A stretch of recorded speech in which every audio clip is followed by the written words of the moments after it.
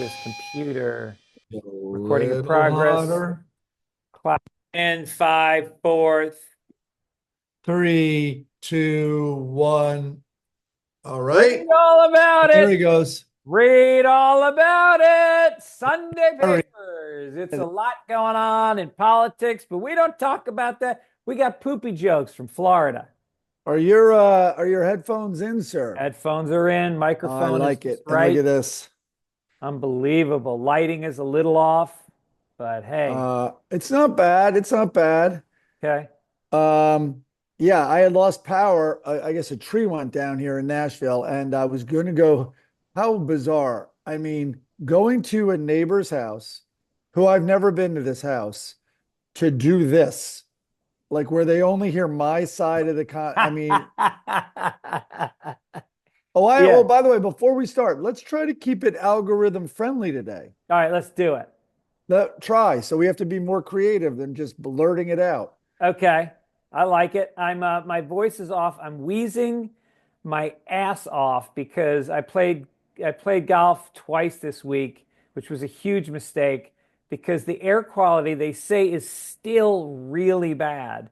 And they don't even know how bad because the stuff they use to detect air quality doesn't factor in the metal that's in the air Oh man, from all the are you taking lithium batteries place and all at that. Penmar?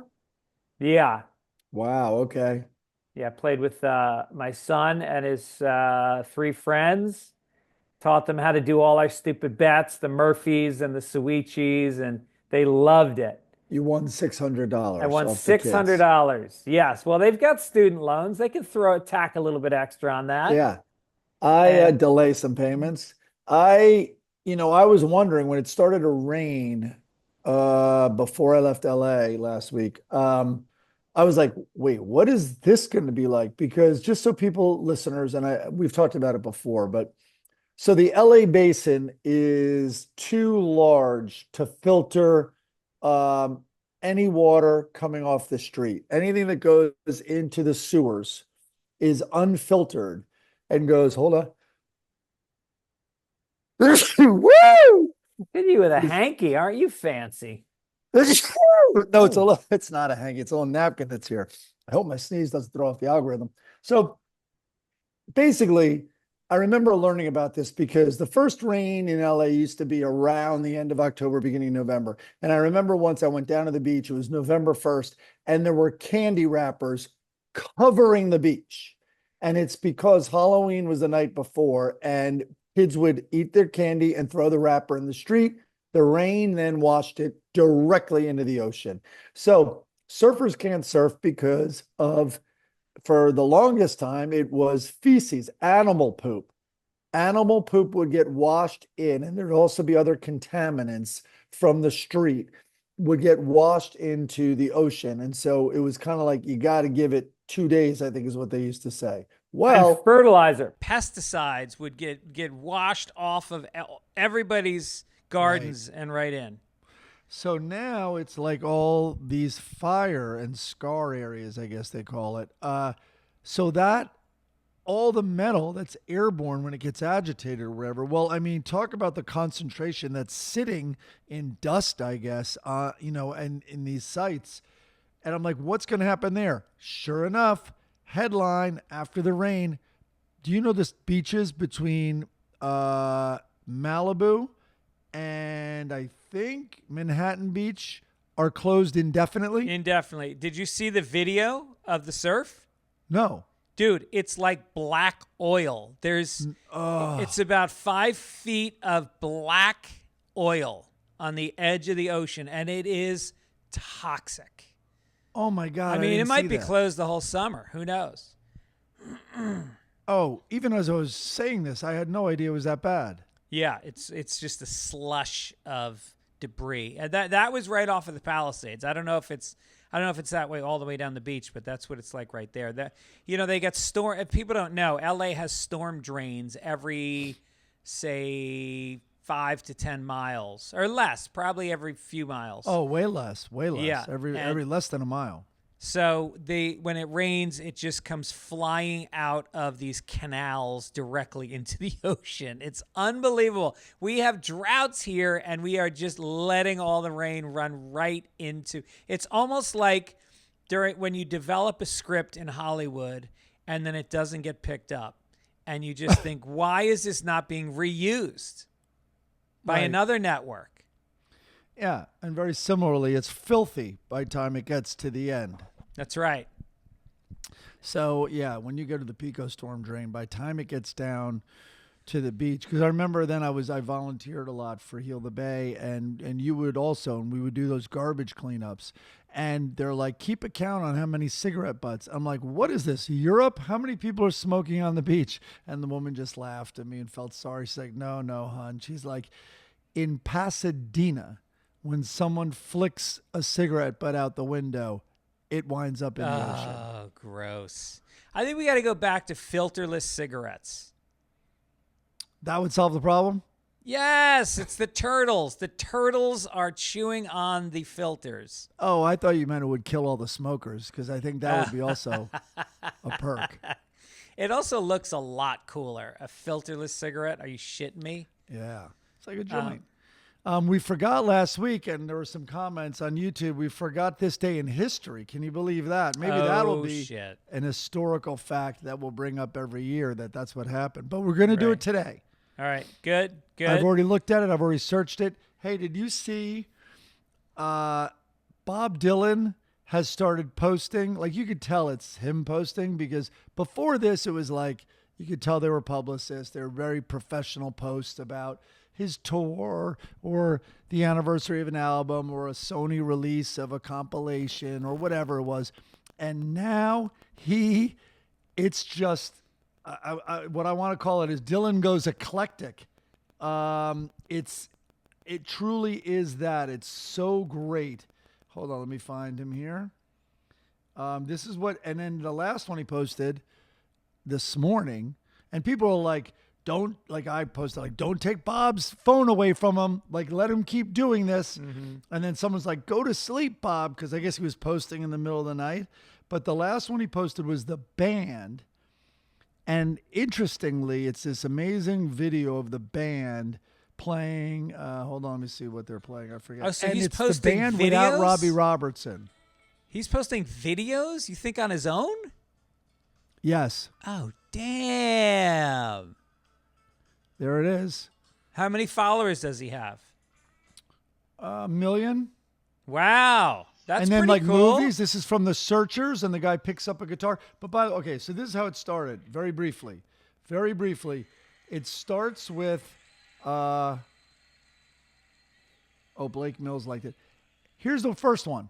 It is Les Paul, some event, and Les Paul's there with a tuxedo, and he brings up Eddie Van Halen, and then Eddie Van Halen just scorches for like 3 minutes. No Van Halen, no lyrics, just Eddie Van Halen tearing up a guitar for like 3 minutes. The next one is, who's this? Ricky Nelson on stage, Ricky Nelson. The next one, just a movie scene with Marilyn Monroe. Wow. And then the next one, which one was this? Hold on.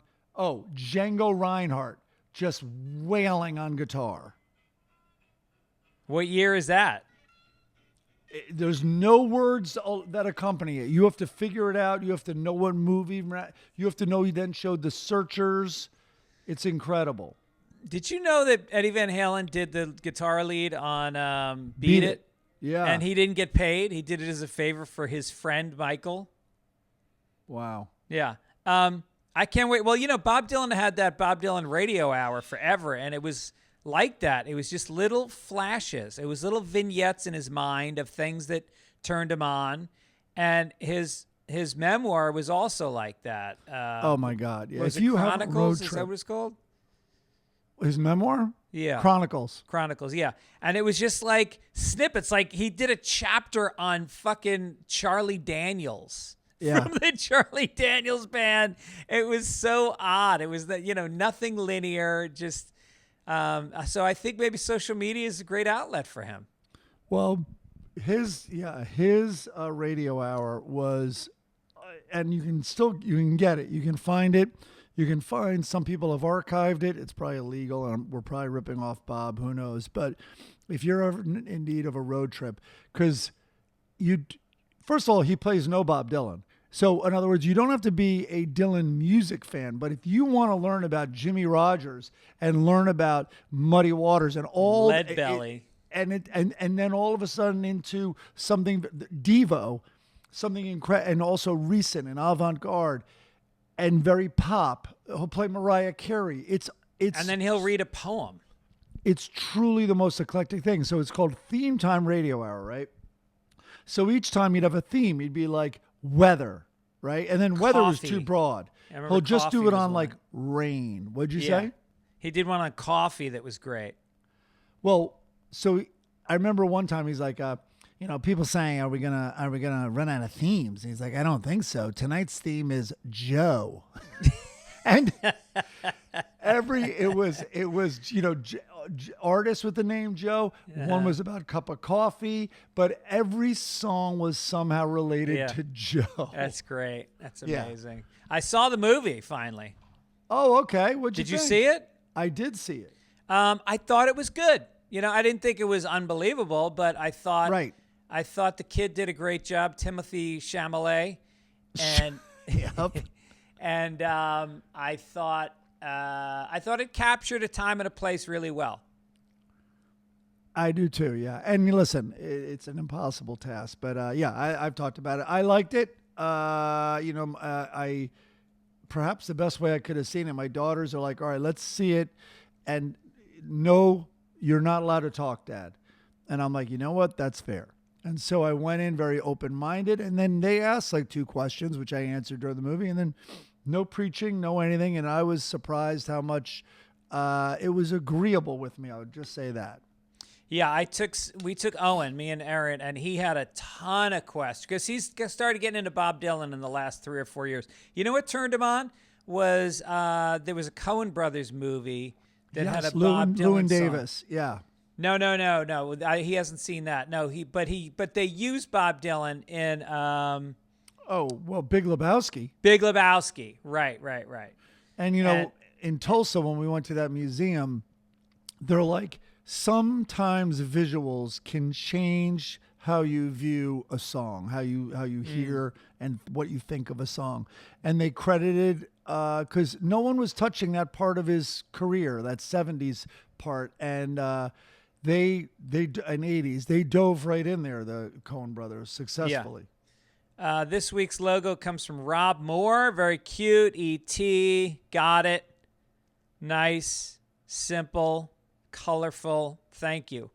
Rob Mitchell did a very cool song. Thank you, Rob. He just sent it in yesterday, so I wanted to put it on fresh. I get excited when we get new ones.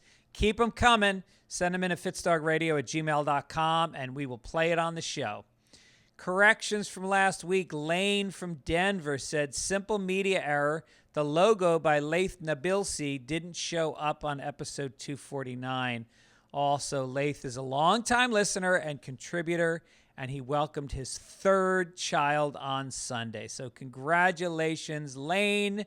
Nice. I hope this hat trick of children doesn't keep you from being a part of the show. We've always loved your stuff in the past, and we apologize for the omission. Alan Fike says, important to note that they're talking about Nelson Rockefeller. John D. Rockefeller is famous for his mentions on NPR every other hour of their top donors, topped by viewers like you.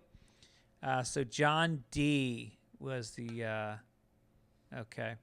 It was Nelson. So Nelson was the governor of New York at one point. Yes. He was a very moderate Republican, and he was very popular. But he tried to run for higher office. Why wasn't he able to run for higher office? I don't know. Did the Attica riots happen under him? I'm trying to remember. I think they might have. Okay. Anyway, I should just say I don't know the answer. Getting back to Chalamet for 1 second. Moving on from the movie, did you see him hosting SNL? Yes, I watched it. So how amazing that those songs are charting now. And I think tomorrow is a long time. is charting for the first time ever, I think, because Dylan didn't even put that song on an album. It appeared on his Greatest Hits 2, which of course is a baller move. Oh, that's funny. Oh no, he had like 2 or 3 original songs that had never appeared anywhere else on his Greatest Hits 2. That's amazing. I know. So anyway, I was so yeah. psyched What for was that. the first one he played? Outlaw Blues, I think. Yeah. Well, that one wasn't as obscure as the other one. But, Right. Yeah, and I thought he was good on SNL. I thought he was strong. You know, he had chops. Yep. Comedy James Blake chops, you was never his know. Keyboardist. Yeah, and it was good. If anyone's in Milwaukee, Wisconsin tonight, February 2nd, I'll be at the Improv. We sold out all the shows last night. Fontana, California at Stage Red on February 22nd. In March, I'll be in Atlanta. We got the Improv, the St. Paddy's Day show, March 15th that you'll be on. Oh, boy. Hamilton, Ontario, March 26th. Then Toronto, Pittsburgh, Boston, Tampa, and La Jolla. All tickets at fitzdog.com. Nice. Front page. Let's get it. Can we get a crinkle? Yeah. I got a little I got a plastic cup. from the Central Station Hotel in Memphis, Tennessee. Here we go. Ooh, there you go. Is All that right. is that a good sign if you're at your fiance's house and she has something from a local hotel? Yeah, I know. I don't know. I'm hardly here. Well, I don't know why she has to leave the house to get Interesting. that done. Yeah, it's weird. Interesting. Meta has agreed to pay President Donald Trump $25 million to settle a federal lawsuit alleging First Amendment violations and other claims following the company suspending him from Facebook and Instagram in the wake of the January 6th attack on the Capitol. The payout resolves the suit Trump filed against Facebook for allegedly engaging in impermissible censorship. A Meta spokesman confirmed the settlement sum, which was first reported by the Wall Street Journal. The company officials said about $22 million of the settlement will be directed to Trump's presidential library, with the rest going towards legal fees. So Trump, first of all, has a library, and it needs $22 million. I mean, what do you really need? An upside-down Bible? The Time magazine with his face on it on the cover that he spanked the porn star with, and the Idiot's Guide to Launching an Oligarchy. What about like 50,000 unsold copies of The Art of the Deal? And he'll sell them to his own library at like double or triple. He'll call them collector's items. Right. Oh, I would love to see the invoices on what books get put in there. I looked at it when I put Art of the Deal. I go, wasn't it a typical scenario where he burns every bridge, obviously, because he's such a good businessman. And sure enough, the guy who wrote The Art of the Deal, Tony Schwartz, says still to this day it's the biggest regret of his life. Yeah, he's not a fan. Yeah, and wishes that the bestseller wasn't even in print now. Yep. But yeah, I don't. I can just read this. I don't know. I can investigate it. But why? What's wrong about a private company or a public company like Facebook kicking someone off? You can kick someone out of McDonald's. Well, Trump just kicked the New York Times and NBC News out of the press room, the Defense Department press room, where they've been for 40 years reporting the news. They are kicked out. This is it. This is the beginning of the end of democracy. The media is now being hand-slapped, and instead they put in news. What's the company that's far right? The news outlet. Newsmax or something one. Oh yeah. Whatever it ignore is. It. Did you see he fired all the prosecutors of the January 6th insurrectionists? Yes. This is all right. Here we Let's go. not dwell. Here we Michigan go. exorcist. Michigan exorcist priest. Well, he went a little too far. Father Carlos Martins of Detroit, known for his popular exorcism podcast called The Exorcist Files. We should look into changing our name to something like that. I think we'd get a whole new group of I literally just thought I'm going to listen to this when we're done. If you can find it, hopefully it's still on, because he's facing criminal charges after allegedly pulling out a teenage girl's hair. And we should have a contest where people try to guess what he did, but he then used it to floss his teeth. Martin's placed hair of a minor in his mouth and made physical contact in an insulting or provoking nature. Following the allegations, the Diocese of Joliet, which I thought was down in Illinois, released a statement saying Martins was ordered to, quote, depart from our parish and out of our diocese. Diocese. Authorities took him into custody on January 27th. Martin has denied the allegations. So that's what it takes for a priest to get fired? Yeah. What about all the priests that put the devil inside of minors? What would that be called? Instead of an exorcism, it's an intercism, where you visit a minor in bed and then you put the evil in them. He's a reverse exorcist. Yeah. Yes. Oh, my God. The power of Satan compels me. The power of Satan compels me. The devil made me do it. In his mug, did you see the mug shot? He looks kind of regretful, but his teeth clean as a whistle. Really good-looking teeth. So, all right, so great. Now the Diocese of Joliet has to go on LinkedIn to find another exorcist guy. That's not easy. No, they're not that common. No. And, a lot of them list references, and then you call the references, and they're dead. So maybe he had a little devil's food cake in his mouth and he needed her hair to get it out of his teeth. That's the only thing I can guess. A medevac jet crashed in a residential area of Northeast Philadelphia. A lot of people are going, they're not going to do this story, but you put it in there, Greg. Because of you. It caused an explosion that lit up the sky. The Jet Rescue Air Ambulance confirmed its aircraft had crashed in Philly with 4 crew members, a pediatric patient, and the child's escort. Shriners Children's Hospital in Philly said the child was with her mother. Very sad. But out of respect, the Eagles next week will be wearing black armbands for the Super Bowl. And if they win, the fans will only climb halfway up the telephone poles.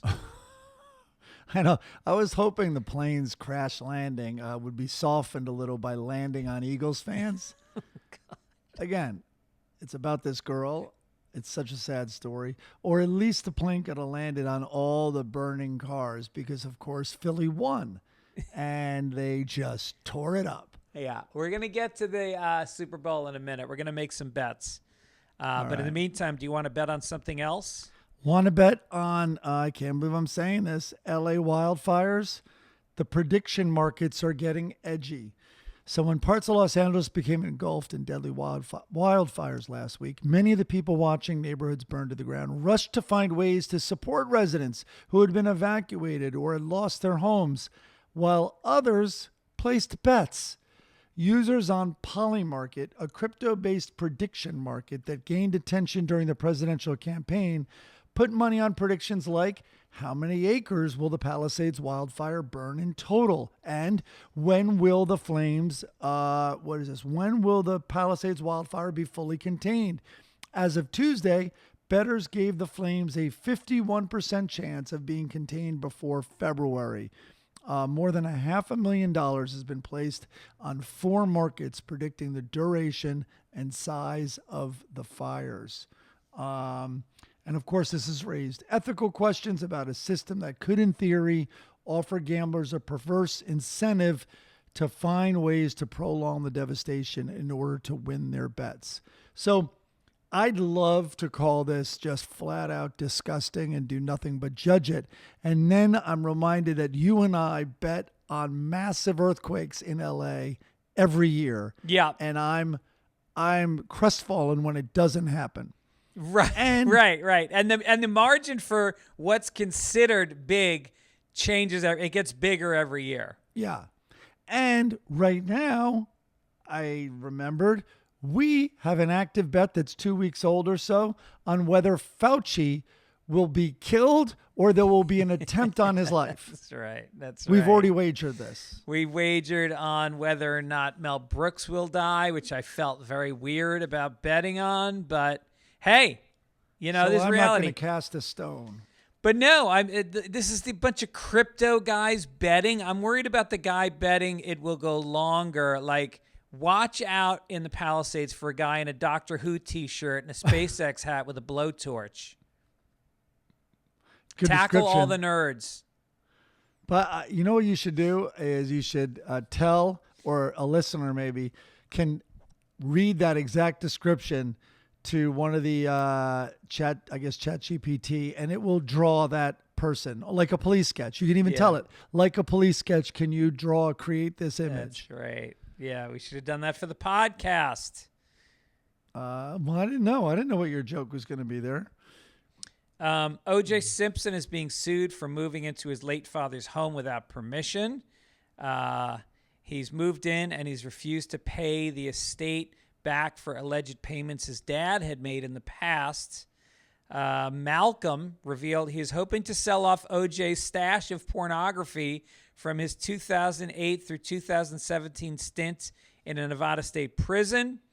A civil court found him liable for the pair's deaths with interest. The unpaid debt has reportedly escalated to $100 million. I don't know that he's going to get $100 million for that porn. I mean, mostly because all the blonde women have been cut up with scissors. And they're mostly blonde. They're mostly blonde. It's like kind of dirty blonde, dyed Yeah. blonde. Yeah. I would say these magazines are going to have more of OJ's DNA in them than the LA County evidence room. Well, they more to plant everywhere. Yeah.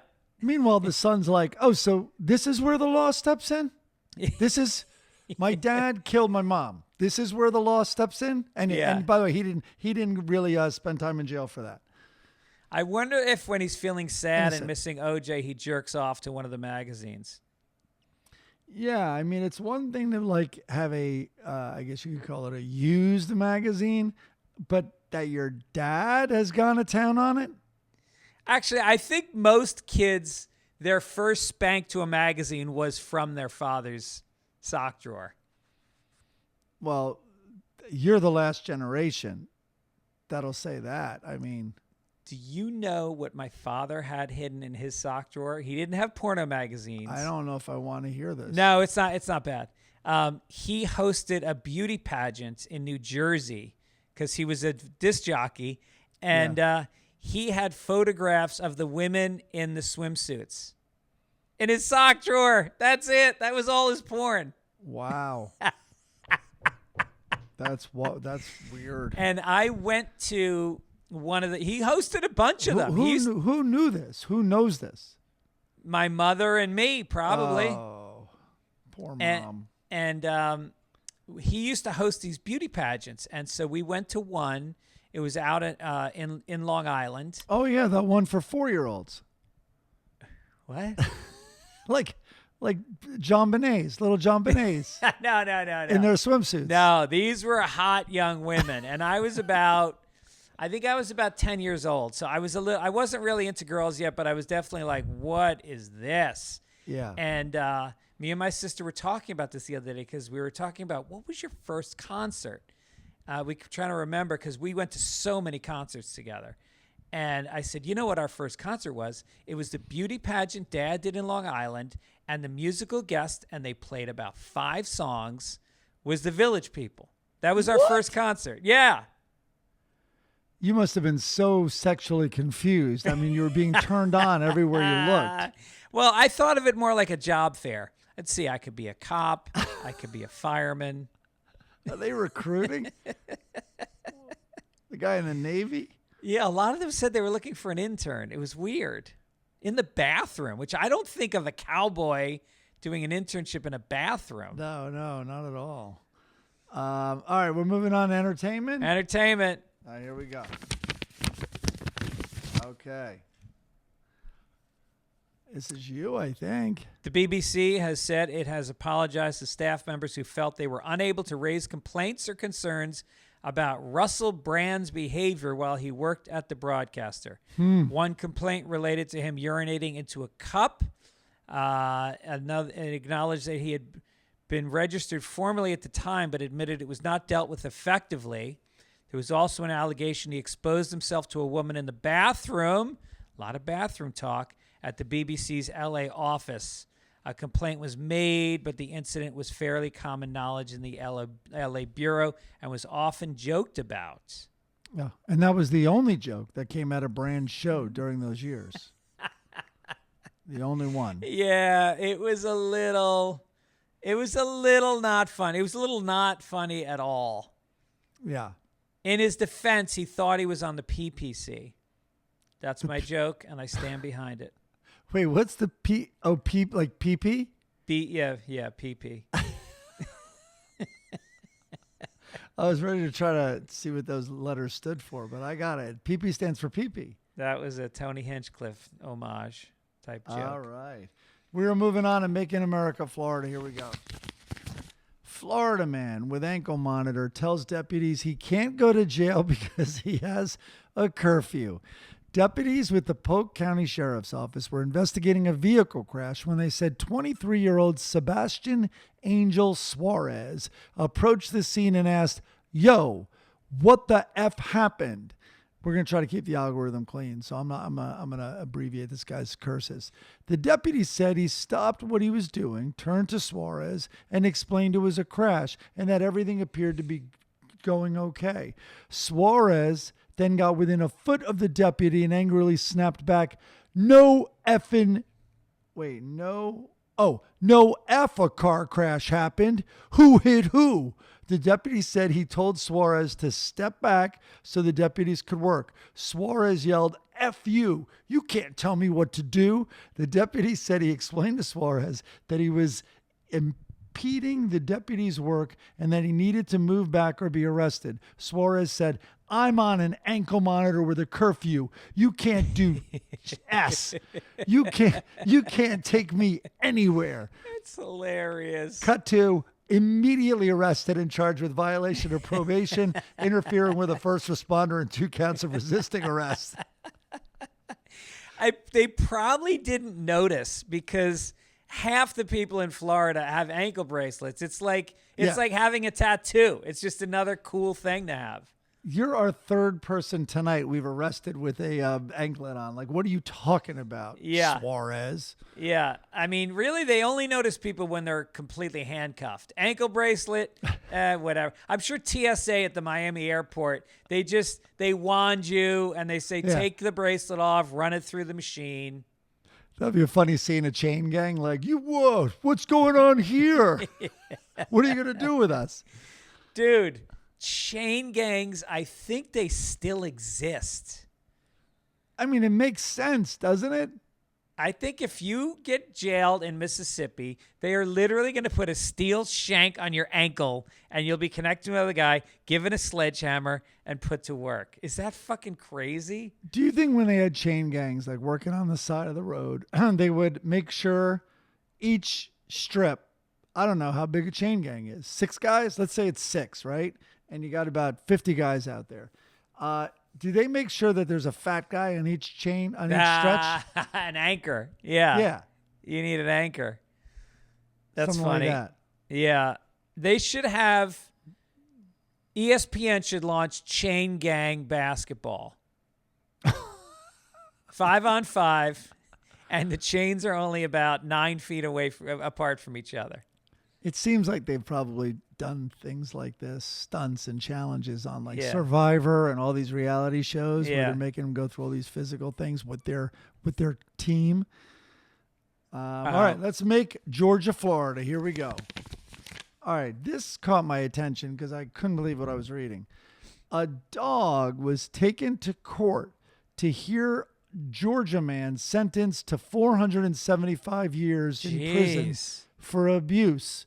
So a Paulding County courtroom was filled with emotion as the judge sentenced the man to 475 years in prison for dog fighting and animal cruelty, marking the maximum penalty possible under the law. So this guy, Vincent, was found guilty of 103 charges, including 93 counts of dogfighting, 10 counts of cruelty, and following a 4-day trial that concluded. So the animal advocates celebrated the sentencing alongside one of the rescued dogs, Baby Shark, who was just 8 weeks old when she was saved from abuse. Aww. So the prosecutors ensured her presence at the hearing, emphasizing the significance of the case. Okay. The dog has no idea what's going on, okay? And also, so Baby Shark is there. This is what I'm thinking. Baby Shark was only 8 weeks old. I think Baby Shark was probably taken very good care of because he had to feed it. It had to grow up to be strong and great. So Baby Shark is probably sad that this nice man, former owner, is being taken away forever. That's what I think happened. Yeah, or the dog was adopted by Ellen DeGeneres, and he immediately asked to be brought back into the dog fighting world. He's like, this is insanity. The anger, the viciousness. Please get me back to physical abuse. Yeah, I much prefer that over mental anguish. It's Georgia. I didn't know dog fighting was so frowned upon. 475 years. I've only heard that sentence for like serial killers.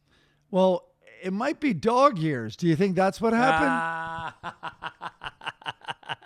That maybe it's only about 40 years that he's sentenced to, but or what would it be? I guess 70 years. It is big in Georgia. Yeah. Though. I know Atlanta has a lot of dog fighting. Yeah. Where was Vic's ring? I think it was in Atlanta. Yeah, I think so. I think it was in Georgia. Yep. Well, all right. It's definitely in the South for sure. Let's get to sports. All right, sports. Here we go. All right, I can't believe I'm going to say this out loud. I am so furious at the Bills-Chiefs game, and I so hate the Chiefs that I think I'm rooting for Philly to win the Super Bowl. I can't believe you're saying that. I know. This is a moment in Sunday Papers lore. You are betting on I'll take the bet. I think the Chiefs, I think they're going to three-peat. I thought all these conspiracy theories online about the NFL trying to make this happen. I thought it was all bullshit, but there are just calls that are hard to explain week in and week out. And I think the Chiefs will be losing for most of the game because that's how they script it. And then they'll come back in the fourth quarter the way they always do. And I will take it. Right now the line is 1.5. It could change. So whatever the odds are at kickoff, we'll stick to. You said the word three-peat. Did you see this story? And it's not a news story, but about Pat Riley? No. When the Lakers were they had won 2 championships in a row. I think this is how the story goes. And they're about to win their third. It might have been Worthy, but one of his players goes, man, we're going to three-peat. And Riley was like, I think incorporated that. And that was the drive then. And he had the wherewithal and registered the trademark, registered the phrase three-peat. Really? And like you do when you do something like that, you also do like the numeral three-peat, 3P, all of these things. He got paid tons of money when the Bulls three-peated. He got paid tons of money when the Yankees three-peated. They say if Kansas City wins next Sunday, Pat Riley will make $130 million. No way. If it's on hats and shirts. And here's the best part of the story. He gives almost all of it to charity. Oh, that's amazing. Yeah. Wow. But I don't want him. Fuck the charities. That's my stance now. I don't want a three-peat. I don't think a football team has ever three-peated. And all the championships that the Patriots won, I don't think there were ever 3 in a row. I wonder. But even if they were like printed up shirts that season about we're going to three-peat or anything like that, he has a trademarked. Damn. Yeah. That's incredible, huh? All right, so how much do you want to bet? I don't know. We're doing like $50. Okay, $50. Writing it down.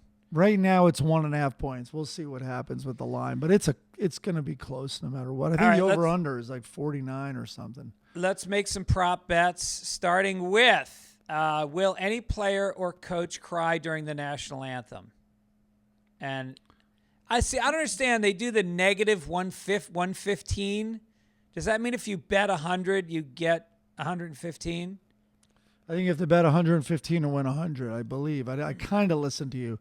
But why don't you just, I can do it on my app and try to bet. Yeah, it's 1.5 and over-under is 49. At least that's on the app that I'm looking at. Anyway, we'll figure it out. But wait, what are the other bets? I do think you'll see someone cry. Will a player leave the game and not return due to concussion symptoms? Oh, that's kind of like betting on the Fires. No. You say no? Yeah. Yeah, I say no also, so we can't bet on that one. Okay. How many players? Well, we're not going to be able to keep track of this. Also, we're on next week. Why don't we refine this next week? All right, we'll do this next week. How many times will Taylor Swift be shown live throughout the game? The under-over is 5.5. Oh, wow, that's interesting.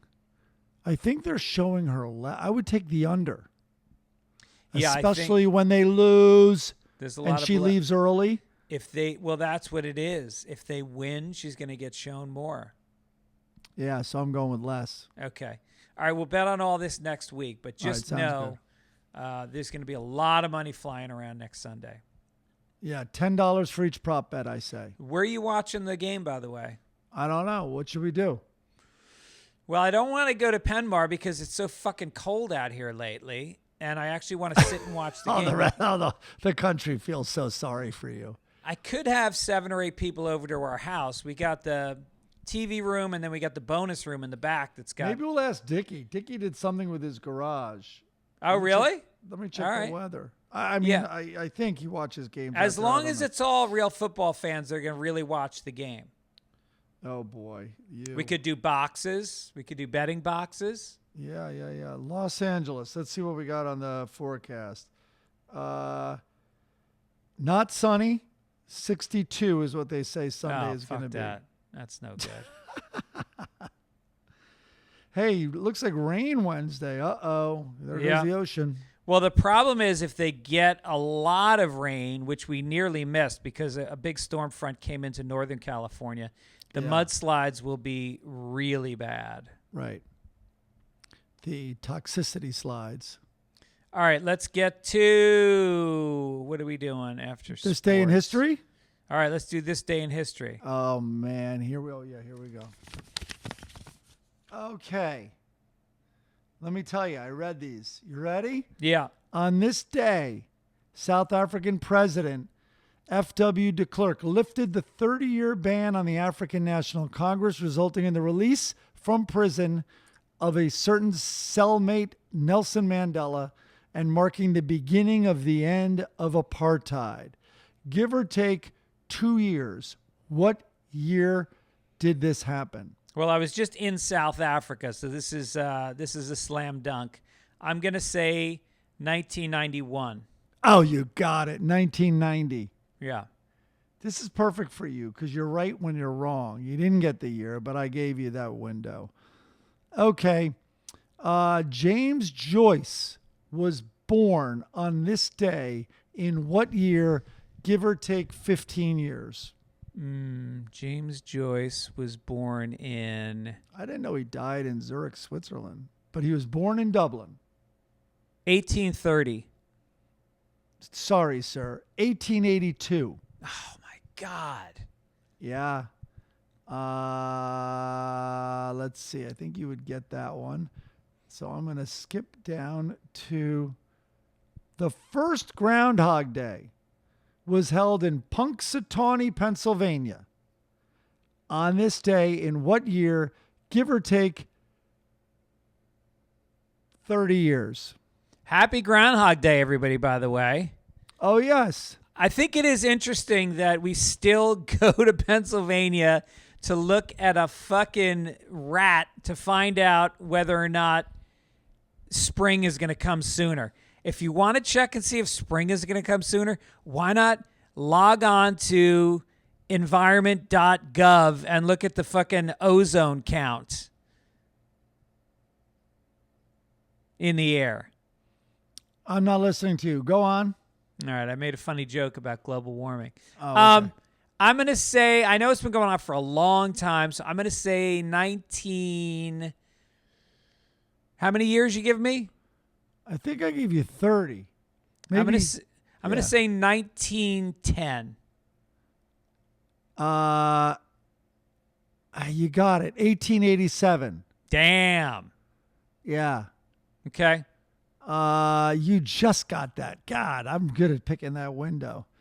Okay, there's a little town called New Amsterdam, and it was incorporated as a city, New York City, in what year? Although this is unclear. It says New Amsterdam, parentheses, New York City, was incorporated as a city. So I'm going to probably say that it was called New Amsterdam, but it's the first time that this area was incorporated as a city. On this day, in what year, give or take 30 years? That's a 61-year window you have to work with. 1690. What'd you say? 1690. God damn you, 1653. Whoa. Yeah, Damn. look at you. All right, let me find a different one. I'm 3 for 4 if you're keeping score at home. American rock and roll singer Buddy Holly was killed in a plane crash. First of all, guess how old Buddy Holly was? Was he 27 club? 22. No fucking way. What? And Really? Bringing it full circle. Do you know, I think more than anything, although his story changes, but it was Buddy Holly that kind of created Bob Dylan. He went to see him, I forget where, according to Bob Dylan, so this might not be true. But Bob Dylan, what is true is Bob Dylan said this and wrote this. He went to see Buddy Holly and was mesmerized, and Buddy Holly looked at him just like he looked at everybody standing there in this small venue. But when he looked at Dylan, Dylan felt it like a shockwave through his body. Really? Yeah. Well, So the Beatles also gave a lot of credit to Buddy Holly. Buddy Holly was an absolute killer. You go just find his more than his greatest hits, because you're gonna find like Rave On and stuff. Yeah. They're unbelievable. He really was taking, he was hugely responsible for the evolution of music. All right, I'm going to say he So wait, died. I didn't even tell you what's going on. He was 22, but on this day he died in the plane crash. And I blame the Big Bopper, that fat pig. Yeah. But what year did he die in the plane crash? I'm going to give you give or take 2 years, because I think you're zeroing in on it. Well, it was rock and roll. Rock and roll was born in the 50s. If he was only 22, he probably wouldn't be in the 60s. I'm going to say 58. 59. Hey now. What are you doing? 5 Now for it 6 today. Now it makes me want to find other things. This is Rosa Parks, who gave up her seat. First she gave up her seat, then she didn't. We got to end on one, and I apologize. I didn't think we'd be going this far. Betty Friedan, blah, blah, blah. Lindbergh. What's this? Was he? Oh, he was born. That's boring. Sorry about this, everybody. Well, just give me the Rosa Parks. All right. But it might just be a birthday. I like when we're tied. Yeah, Rosa Parks. Okay, fine. It's actually February 4th. Rosa Parks celebrates, her birthday was on that day. In what year, give or take, you're going to be good at trying to figure this out. But I'm going to give you 8 years. I'm going to give you a 17-year window. Rosa Parks was born in Tuskegee, Alabama. In what year? All right, I'm going to say the incident on the bus probably took place in, I want to say 1960. Let's say roughly 1960. No, earlier. I'm going to say 58. And so she was old because she didn't want to move. She wanted to sit the fuck down. I'm going to guess she was 50. No, I'm going to say she was 50. So 58 minus 50, 1908. Look at you, man. 1913. I did it. I didn't know she was. It's not that she wanted to move her seat because she was old. She was an activist, man, and she had enough. She was an old activist. A young Rosa Parks might have gone. She might have resented it, but the older Rosa Parks fucking dug in. The best was when I saw that headline. Rosa Parks' husband owned a car.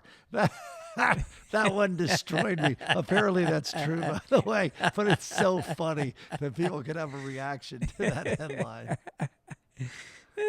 All right, what do we got? Letters? All right, a couple letters to the editor. All right. Meep Zork, who always keeps in touch with the show, said, I assume you use Zoom when you do the Sunday podcast. Why not just have Tom or any guest dial in on the same Zoom call? Interesting. That way the audio is better and the guest can hear everyone. Wait a minute. This is great, Meep Zork. Thank you, Meep. And then Joanne said, I saw Breaking Away on your glowing recommendation.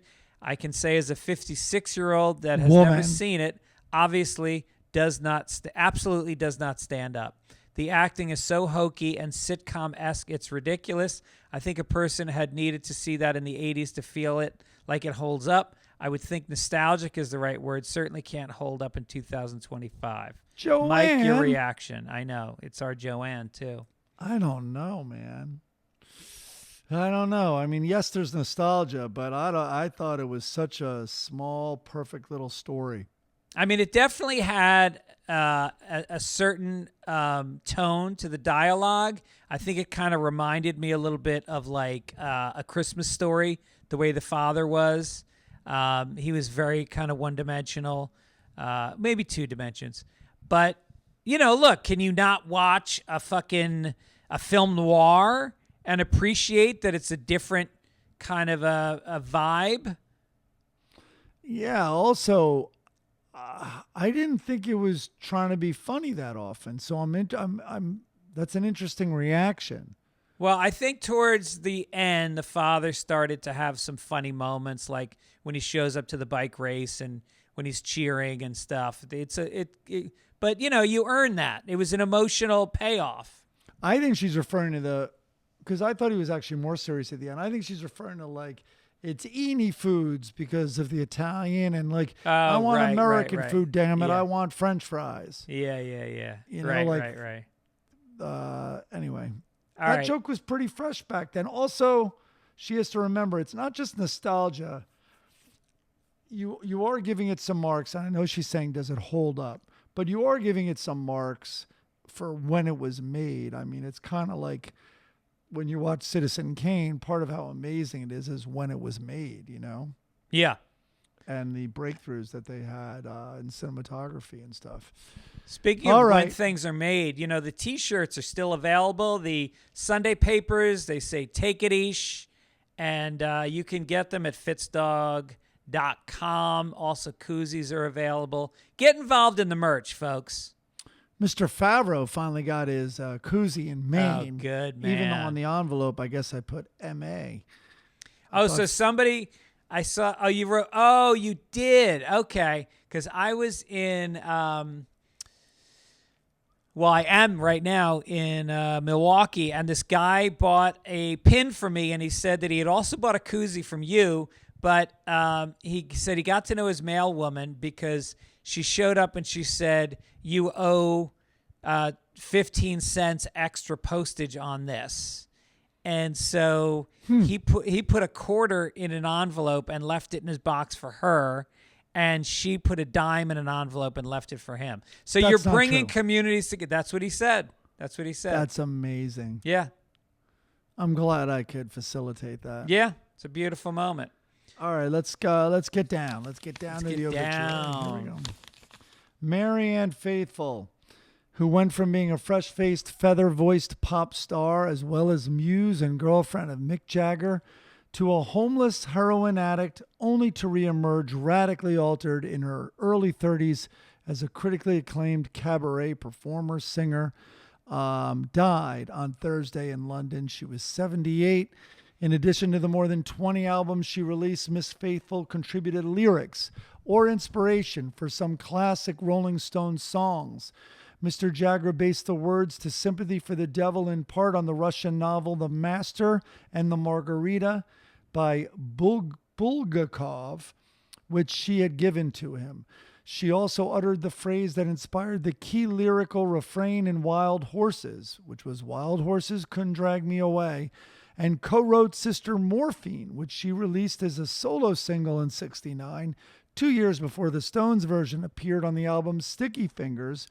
Though Miss Faithfull received writer credit on her own recording of the song, she didn't earn parallel status on the Stones album until 1994 after a long legal battle. Oh, I'm sorry to hear about that long legal battle with the Stones or their publisher. Jesus. But Wow. anyway, Marianne Faithfull was, it's before our time, but we would see pictures of her and Jagger all over the place and stuff. And one of the famous muses of the day.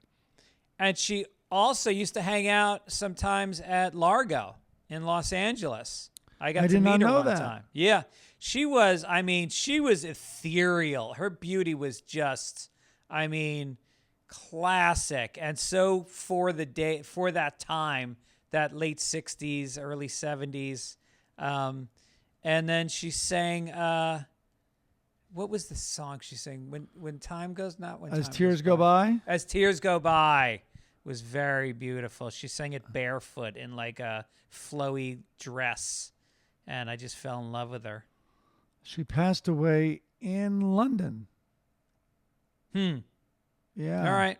Well, Marianne, you were a big part of the center of the beginning of new music in this world. Oh, absolutely. No, she was in the middle of the thick of it. All right, let's cheer up.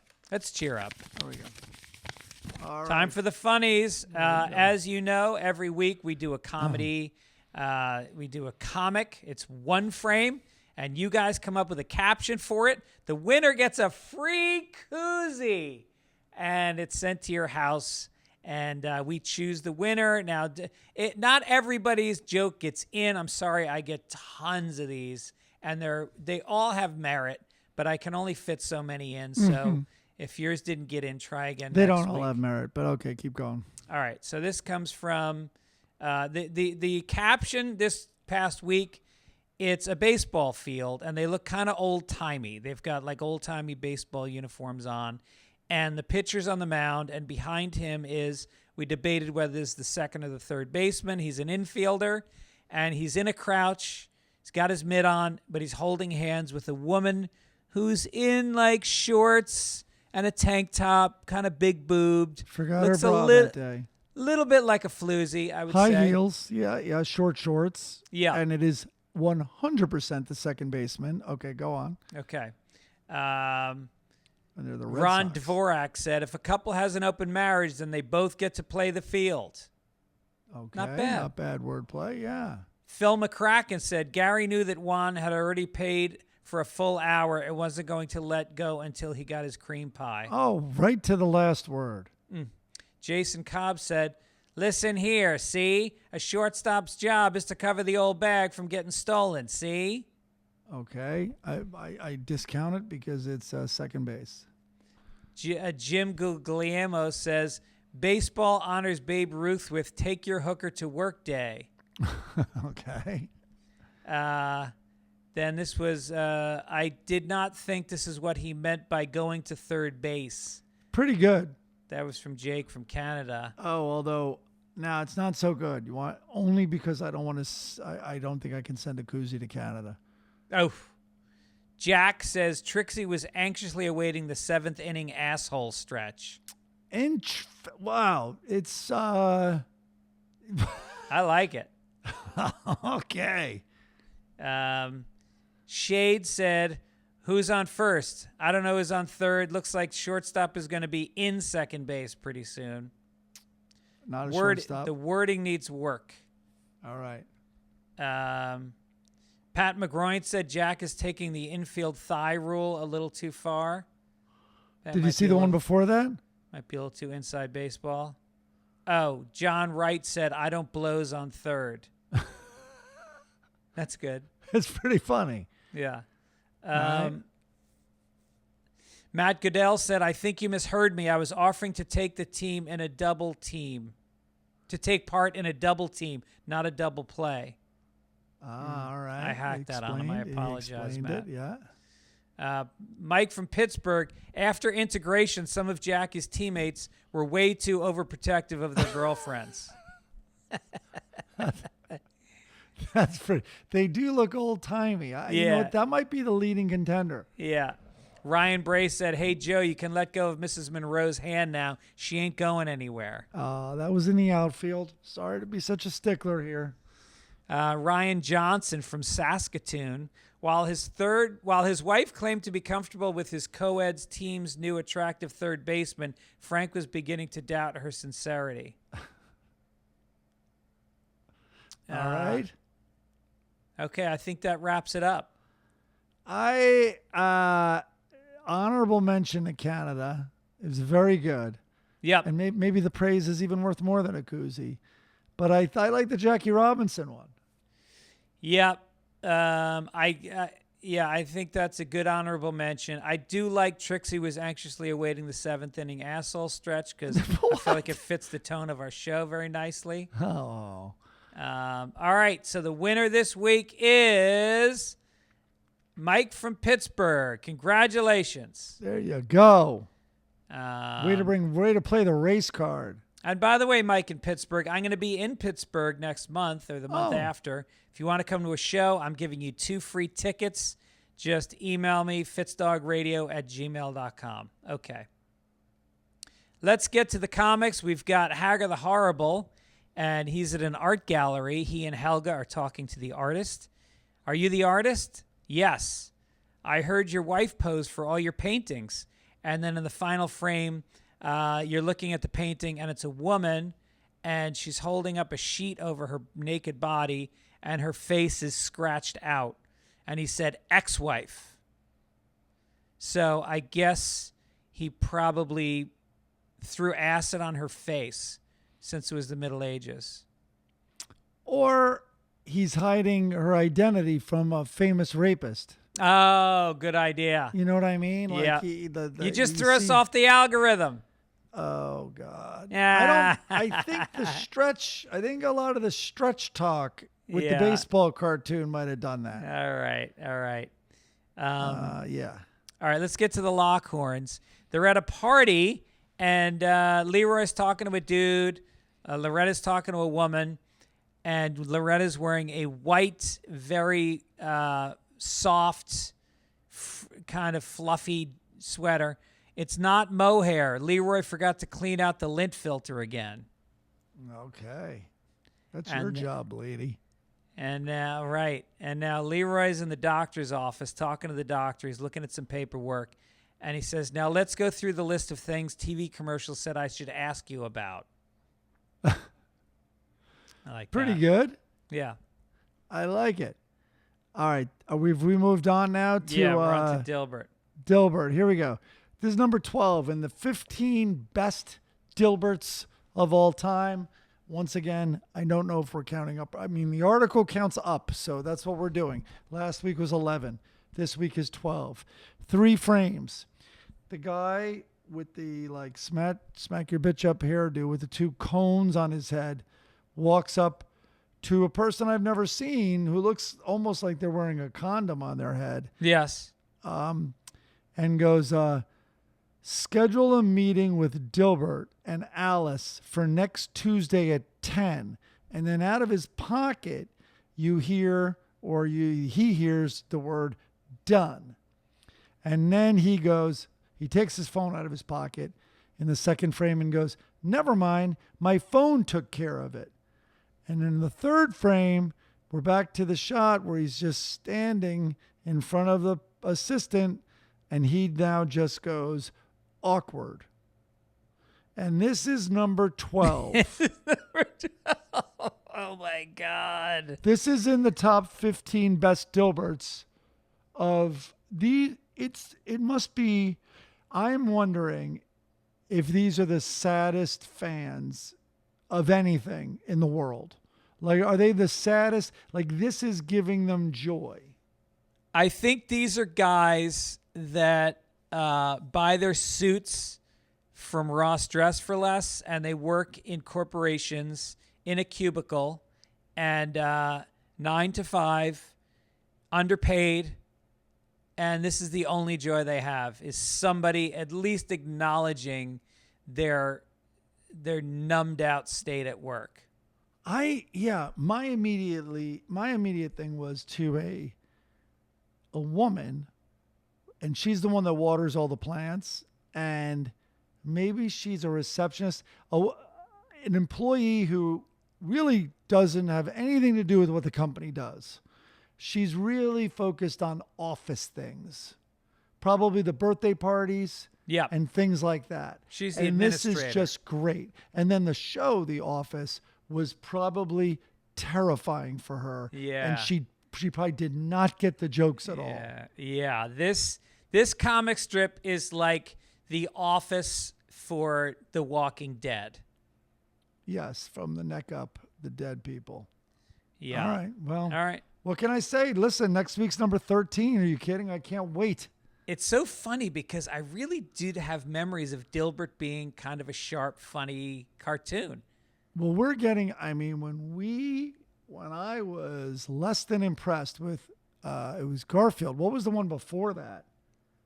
People were really defending it.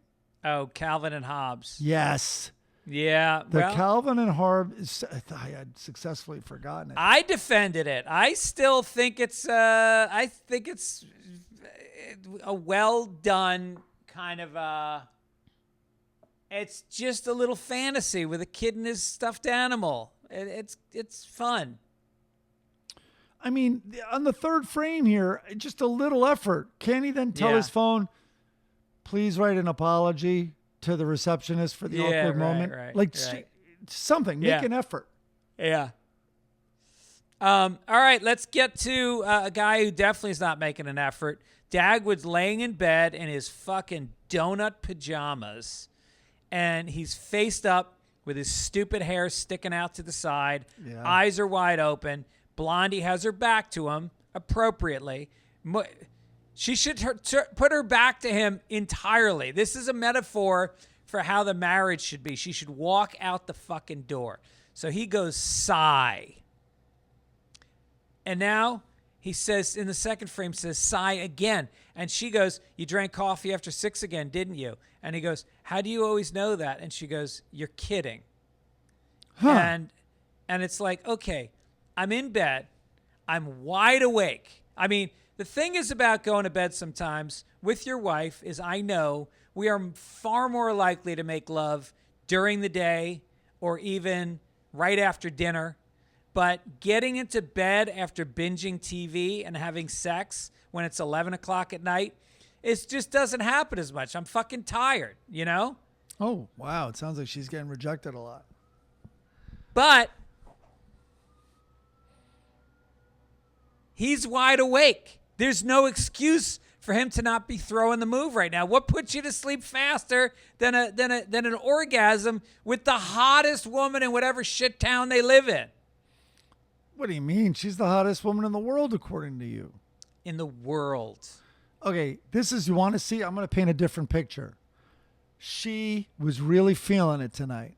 She wanted a conjugal visit, and she tried very hard, and he couldn't do it. Oh. And now the first frame is she has turned his back. She's very disappointed.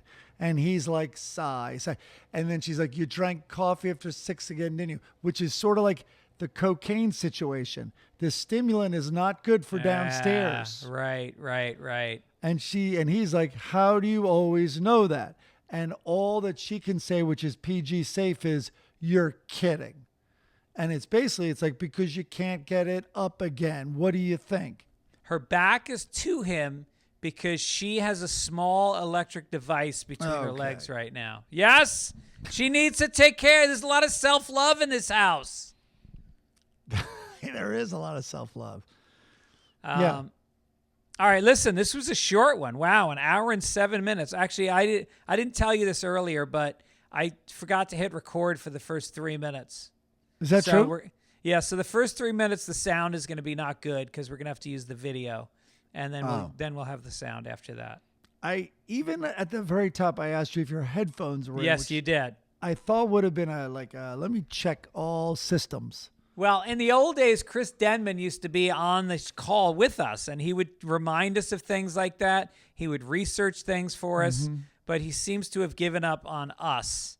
Or he's very busy. I know the company's doing great. He's always producing shows on the weekends. Yep. You also moved us along at the top a little bit. I think that shortened things. I did. We didn't chat a lot at the top of the show, but it was... People might like that better. It was a good, tight show. All right, listen, don't forget, if you want to support the show, get yourself a T-shirt or a koozie at fitzdog.com. Mike, anything you want to promote? Yeah, man. Follow Bob Dylan on Instagram, and you'll learn a lot of... you'll be exposed to a lot of eclectic posts that are very interesting. Also, season 2 of Severance is very good. We've fallen asleep. Not the show's fault. Kind of like Blondie there. We've fallen asleep 3 times because we put it on just as after a long night and we get into bed. And then, but I'm liking where it's headed. And so we might watch one today during the day. We rewatched season 1 first because it's such a complex show that we both forgot half of it. And I'm really glad we watched season 1 again. We rewatched the final episode, and thank God we did. That's one reason we also didn't get far, is because that one we made it through, and then we fell asleep once the new one started. So, I mean, all right, I'm going to do it this week. What a cliffhanger of a season. That final episode basically said to the network, you have no choice but to give us a season 2. I know, sometimes they have those, and if they're told they're not being picked up, they pivot and they try to put a little bow. That does happen in TV, where it's like, well, now we can't end with that cliffhanger. Yeah. Although it would have been cool in a way, like if they were canceled, which they had no control over. That's kind of a cool way. It would leave everybody blaming HBO for not continuing it. Always have a cliffhanger. Yeah, exactly. So there's 3 out. I think they come out on Friday nights. So I'm going to be caught up by next week. Oh, there's 1 out. Oh, maybe I'll watch it tonight. Yeah. All right. Well, thank you to Midcoast Media for producing and editing and putting it on social media and all that stuff. And I guess we'll just see you guys in a week or so. Take it easy. Take it easy. All right.